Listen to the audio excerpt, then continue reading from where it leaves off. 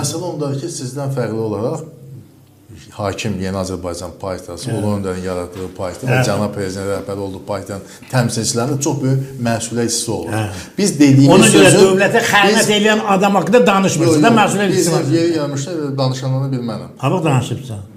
Mən danışarıq ki, Ramiz Mehdiyevin 15 nəfəri siyahıya almışdı ki, onları məhkəməyə verəcəyəm və sonra nəsə vermədi. Onlardan biri də mən idim. Nə demişdin də deyirəm. Mən söyləmişdim ki, mən bilirsiniz bir şey ifadə etmədənkən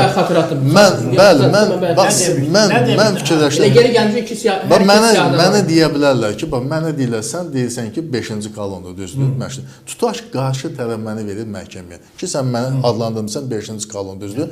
Mən 5-ci kolon məhkəməyə veriləndə 5-ci kolon mən dildi də dedim bunu. Necə ki, Sərdar bəy çox şey deyir. Amma sabah məhkəməyə verilən gəl sübut elə ki, mən 5-ci kolonam, bu sözün müəllifi mənim, əlimdə arqumentlərin, faktlarım yoxdur. Ancaq deyilən ancaq iddia ola bilər. İddiadır bilirsən də məhkəmədə qəbul edilmir. İddiadır bu. Sübut elə, təkzib edilməz faktlar siz Patruşevlə danışıqlar gedirsiniz. Düzdür? Bu kimi danışıqlar əgər doğrudan da təsdiqini tapsa çox ciddi arqumentlərdir. Amma bunlar olmayacağı təqdirdə mən desəm ki, qəzetlər yazırdı, mətbuat yazırdı, bax partiya Sərdar bəy deyirdi ki, siz 5-ci kolon rəhbəri edirsiniz. Bunlar keçmir.